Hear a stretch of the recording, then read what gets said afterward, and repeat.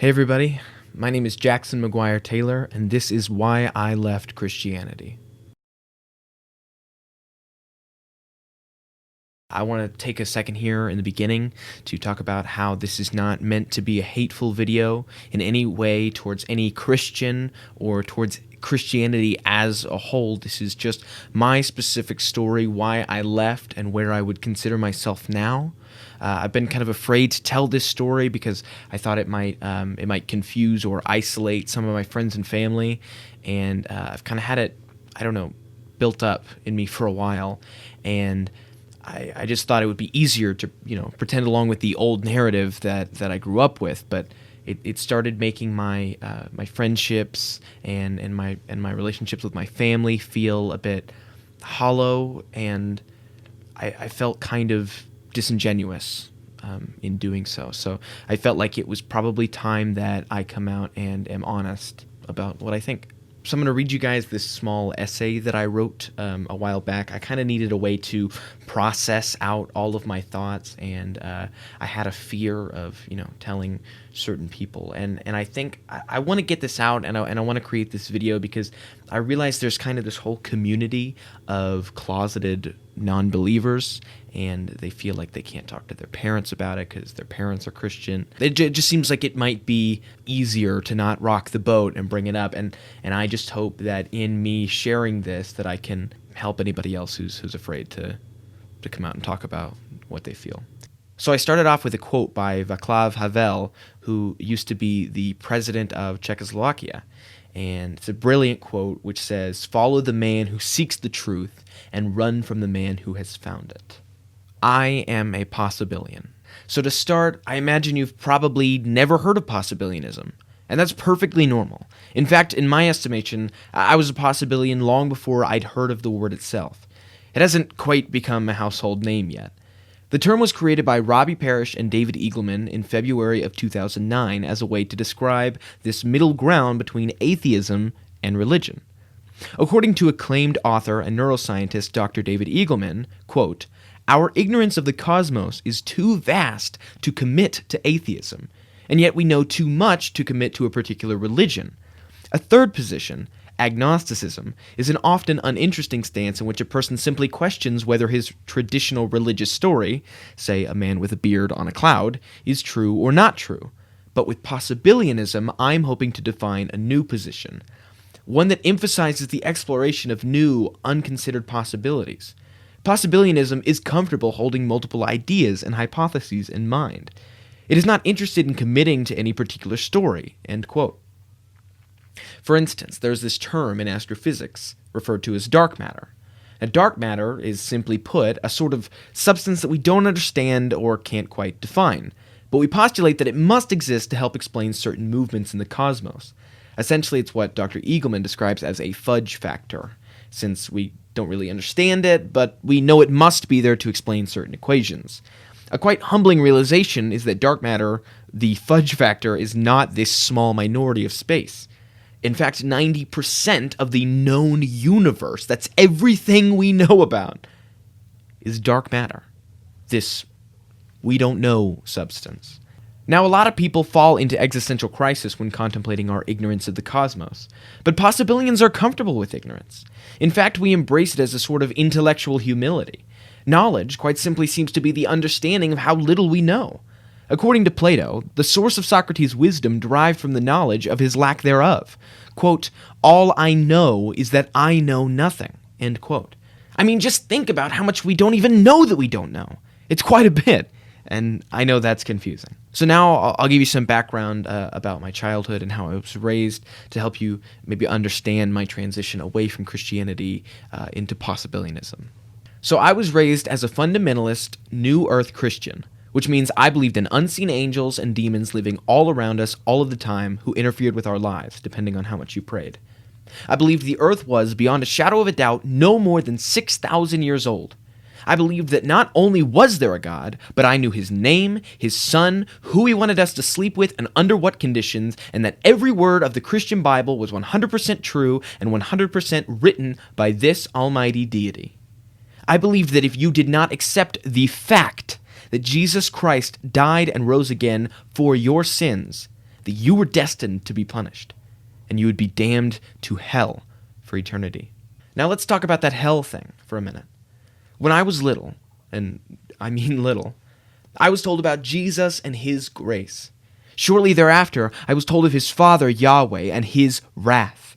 It was a shocking contrast. I didn't quite understand the relation between someone so forgiving and healing and understanding, and a dictating deity who was so caught up on technicalities that he'd send someone, who he created, by the way, to an evil place of eternal torment, or torture someone like Job to prove a point for that matter. At Christian school, where I attended elementary, we used to swap stories of what we thought hell might be like, or even what some of our parents had told us about hell. I remember one kid saying that his father had described it to him as a bottomless pit. That didn't sound so good. Someone else said that you would forever be burned to a crisp, but that your skin regenerated as to continue the torture forever. Sounds pretty bad, right? Sounds like something little children shouldn't be told, right? Well, it wasn't much better at church. You could even consider it worse, because at church, it wasn't just kids telling stories. It was grown-ups, grown adults who we thought knew everything, telling us and truly believing what they said about this evil place of our worst nightmares that we could really go to if we didn't watch our step. It always interests me when these same people will talk of freedom in Christ. In their estimation, it seems you must let Christ in to save you from what he would do to you if you didn't. Now, I don't bring up hell to reveal only the ugly parts of Christianity while leaving out all of the good that it does. I want to fully acknowledge the good deeds of Christianity.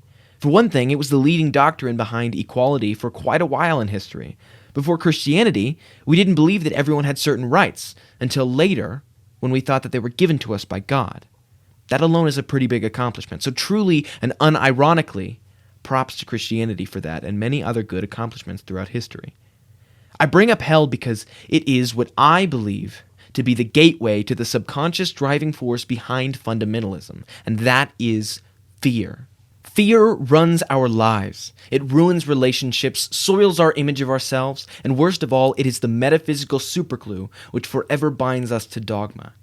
I spent so much of my youth trying to make sense of the Bible, because I believed it was true, all of it, and I feared misinterpreting it. However, I had so much trouble because I felt like it spit in the face of so many values that I hold dear. Values, I might add, that I derive more or less from the Bible itself. So many preachers would further confuse me when they'd carelessly throw around fallacies like the Bible never contradicts itself. I remember thinking, if that's true, how could Paul claim that love is not jealous if God is love? And Exodus makes the claim that the Lord, whose name is jealous, is a jealous God. Or why would John say there is no fear in love, if other books speak highly of fear, or even outright claim that the Lord commanded us to fear him?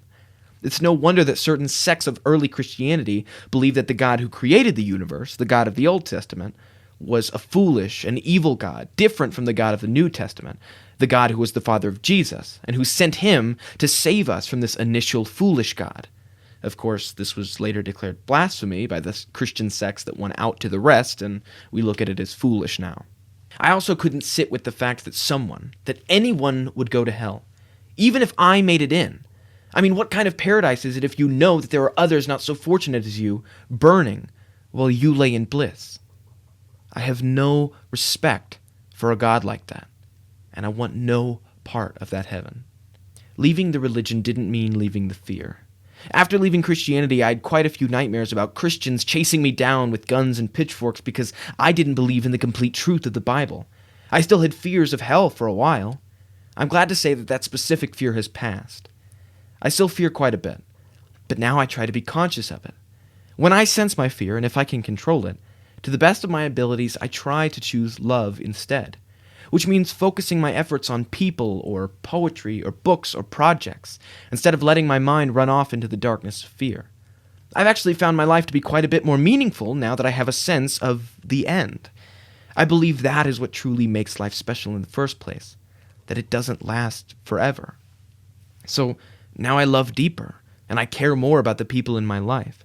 I've started to get up to watch the sunrise because I know every day that these experiences are finite, which makes them meaningful. I want to emphasize that this is not meant to pretend that Christians are bad people, I believe quite the opposite. I'm not an anti-theist. Of course, Christianity is a belief, and I don't think that beliefs define people as good or bad anyway. My family, most of my closest friends and peers, are Christians, and probably will be until the day they die, and I have no issue with that. I don't believe Christians are unintelligent or that they can't live proper lives or anything like that. I know quite well that there are many Christians miles and miles ahead of me in intelligence, and many other ways as well. I love Christians, many Christians. I just hope that in their Christianity, and in their lives as a whole, that they can recognize their fears and choose love instead. I understand that this is not something I can simply make anybody do, nor would I try. Everyone is on their own journey, and who's to say I've got it right? Not me. I just celebrate possibility and praise uncertainty. And even if you don't want to go as far as to be a possibilian, my wish is that everyone would seek the truth always and embrace the possibilities. So for anyone who is interested, which includes, Christians and Muslims and atheists and agnostics and all of the possibilities, I put together a short reading list of books which I believe can help you significantly in your search for the truth. If you're religious, I want to overstate that this is not a prompt to convert you. It's simply a challenge to think about certain subjects of which you might not have been exposed to otherwise. I want to talk about the book list for a second. Because when I was a Christian and before I started heading this way, I was afraid of reading or watching anything that wasn't by a Christian or for Christianity, and so getting into this stuff can seem kind of blasphemic. But I just want to over-exemplify that I think it's important to see different opinions, and a lot of my fear, I think, came from I thought I had this loyalty, or I needed to have this loyalty to God or to Yahweh or to Jesus, and the fact is you shouldn't. And I know that, who am I to say that you shouldn't, but, hear me out. So I think I found that I was partially right, because I thought that Jesus was the truth, because he says he's the truth. And the loyalty that I had was to the truth, or at least should have been to the truth, but I had gotten it wrapped up too much in specifically Jesus. And if Jesus is the truth, then hey, there you go.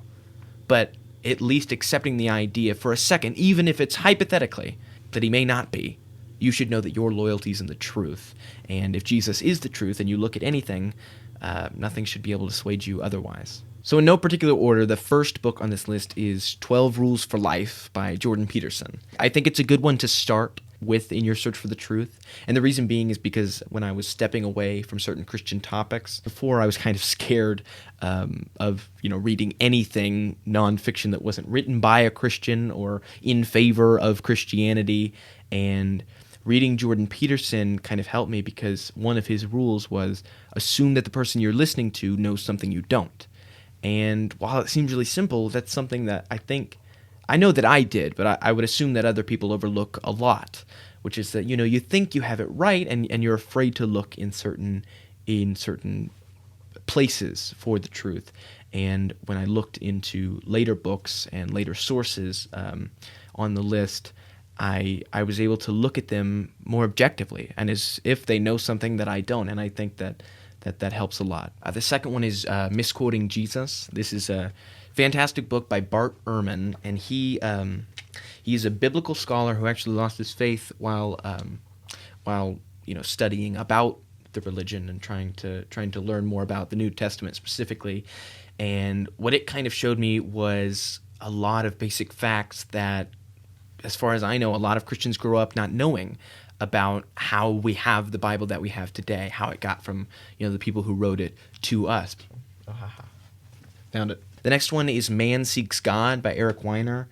This one kind of came to me at the perfect time, because it was right around the time that I finally felt comfortable calling myself or referring to myself as not a Christian.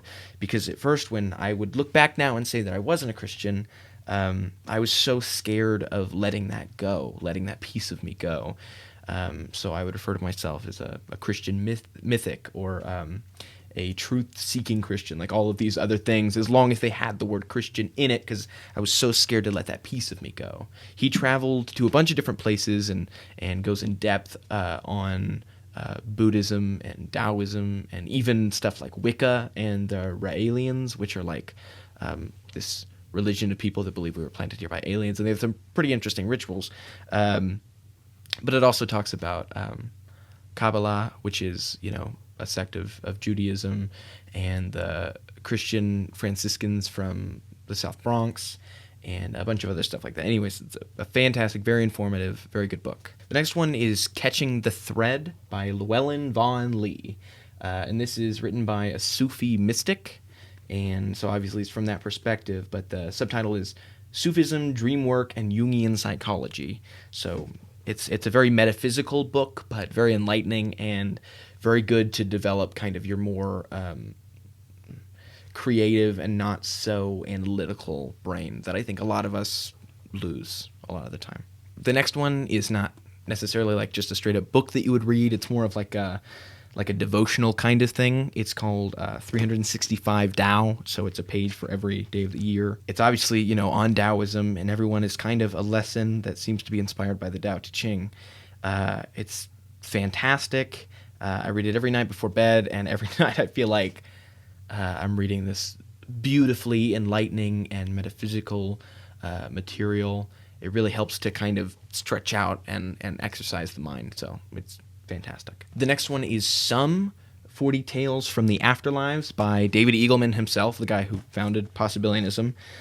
This is a fantastic book. It's fictional. It's kind of like a collection of short stories, and each story is a different afterlife. I kind of think of them as parables because each one serves to teach a sort of lesson about life and kind of being thankful for the life that we have. But it's a beautiful book. So this next one has, a pretty controversial title, but it's very enlightening and a very interesting perspective. But anyways, it's called God is Not Great, by Christopher Hitchens, who's an outspoken atheist. Died a few years back, but he was a fantastic, a very brilliant guy. As a Christian, I know that something like that could be, if you are a Christian, I know that a book titled something like that can be scary to go towards, but I would really encourage you to, just because it's really good to challenge yourself like that and to be able to read other ideas like that. And if anything, I would think that it would, if it doesn't help you find the truth away from Christianity, then I would think that it would serve to strengthen you in your faith. So the next one is How Jesus Became God, which is also by Bart Ehrman. He kind of goes in depth about who Jesus really was, the actual guy. Obviously, Bart Ehrman he's not a Christian. He believes Jesus was just this actual guy who was a preacher from Galilee. And he talks about different people throughout history who were kind of deified and turned into these myths, and kind of relates that to Jesus and how we know what we know about Jesus today. So the next one is not actually a book. I mean, I'm holding a book right now, which is the Devotions by Mary Oliver, but specifically it is a poem entitled A Morning Poem. So it's fantastic. I really feel like it's really short, so I don't want to talk about it very much because you just go read it. And if you don't want to buy the book, because it is a big, expensive book, I do believe you could look up A Morning Poem by Mary Oliver and find it for free online. But I think it goes into depth. It's very simplistic, and it kind of is very profound and enlightening. Last, and certainly not least, is this book that I found actually pretty recently, and it's called Love is Letting Go of Fear, and it's by Gerald G. Jampolsky. I believe I'm saying that right. And I found it just a few weeks ago when I was actually in the middle of writing this, where I was talking about, I feel like fear can kind of destroy certain aspects of Christianity. And it's funny because I was writing that, and I saw this on the shelf, and I was like, love is letting go of fear. That's exactly what I've kind of been writing about. And I'm not very far into it, but it's very enlightening and very beautifully written so far. Again, I want to say this was not meant to be hateful towards Christians. I hope that I was able to say this in love, and that it was able to come off that way. I understand Christians for the most part. Obviously, I was a Christian for a very long time. And an evangelist and trying to save and convert people all the time. But the negative experiences I have, I know not everybody has, certainly not exactly like I did, and that's not all of Christianity. I'm not giving this big blanket sweep and saying this is what it is. I think there are a lot of great things that can come from Christianity. I just think upon certain misinterpretations or when certain things get wrapped up in fear, that's when bad things are produced from it. But I think that with a lot of things. So that's why I would say not specifically for Christians, but just for anybody in any religion or lack thereof, as long as you're not doing it out of fear. And if you are, then I would say try to be conscious of that and try to do what you do out of love, much like Jesus did. So if you made it to the end of the video, I want to say thank you so much for watching and taking the time to listen to my story. I want to mention that I have a podcast that I do semi-often, and I'm having actually a atheist who used to be a Mormon on the podcast pretty soon, so if you want to subscribe or check out the channel, that's where that'll be found. So thank you guys so much. I really appreciate it. So long.